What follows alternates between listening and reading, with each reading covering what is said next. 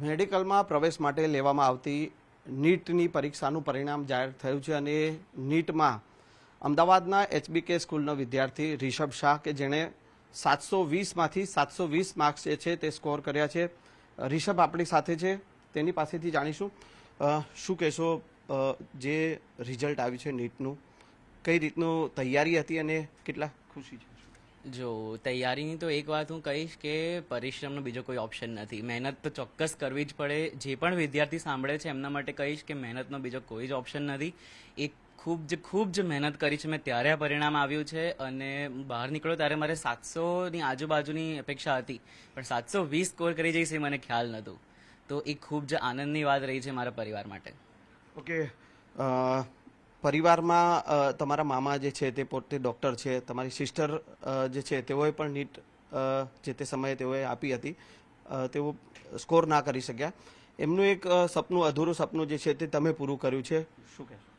મારા મામા ઝાયડસમાં ડૉક્ટર છે, તેઓનો પણ ખૂબ સારો ગાઈડન્સ રહ્યો છે મારા પર. તે મારા માટે રોલ મોડલ તરીકે હતા. અને મારી બહેન જેમણે નીટ આપી હતી 19માં, તેઓનું સપનું હતું ડૉક્ટર બનવું, જે મેં પૂરું કર્યું છે આજે. અને મેં જ્યારે શરૂ કરી નીટની પ્રિપરેશન ત્યારે બી મારી બહેન રીતિ શાહનો ખૂબ જ સારો ગાઈડન્સ રહ્યો છે મારા પર. કોઈ બી જાતની તકલીફ પડે બાયોના પ્રિપરેશનમાં, તે પહેલાં મારી હેલ્પ કરતી હતી. જે વિદ્યાર્થીઓ જે છે કે જેઓ આ પ્રકારે નીટમાં સ્કોર કરવા માંગતા હોય તો તેઓને શું તમે ગાઈડ કરશો કે કઈ રીતની તૈયારી કરવી જોઈએ? ખાસ પહેલી વાત તો સમયપત્રક એટલે ટાઈમ ટેબલ બનાવવું ખૂબ જ જરૂરી છે. હું છેલ્લા દિવસોમાં 10થી 12 કલાક ભણાવવું થઈ જતું હતું મારે છેલ્લા 2 મહિનાઓમાં.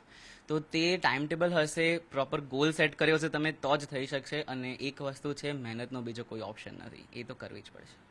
મેડિકલમાં પ્રવેશ માટે લેવામાં આવતી નીટની પરીક્ષાનું પરિણામ જાહેર થયું છે અને નીટમાં અમદાવાદના એચબીકે સ્કૂલનો વિદ્યાર્થી રિષભ શાહ કે જેણે 720માંથી 720 માર્ક્સ જે છે તે સ્કોર કર્યા છે.